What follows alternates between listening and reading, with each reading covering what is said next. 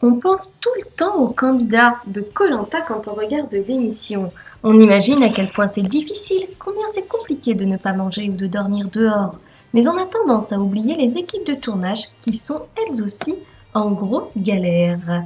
En effet, on a tendance à l'oublier, mais pour voir l'émission koh telle qu'on la découvre sur TF1, il y a un sacré boulot derrière.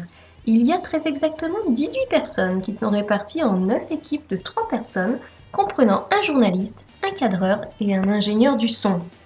Or, ils n'ont pas la vie facile, bien loin de là. Ce sont nos confrères de Télé Loisirs qui ont décidé de faire un zoom sur leurs conditions de vie et de travail, car ils ne sont certes pas candidats, mais vivent quand même une sacrée aventure. Les conditions de tournage sont particulièrement difficiles, notamment à cause de la météo qui fait parfois des siennes. Le problème, ce sont aussi les épreuves sportives, car il faut suivre le rythme avec les caméras sur l'épaule, ce qui est loin d'être simple. Eh oui, ils ont beaucoup de pain sur la planche et n'ont absolument pas le temps de s'amuser à visiter les environs.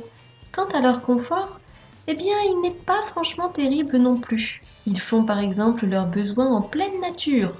Bref, la différence principale avec les candidats, c'est la nourriture et l'eau, car ils en ont à volonté bien évidemment.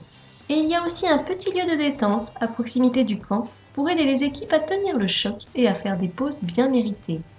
Ils sont bel et bien logés à l'hôtel, mais ce lieu est situé à 45 minutes en bateau du campement et ils doivent le lendemain repartir aux aurores pour être présents au moment du réveil des candidats.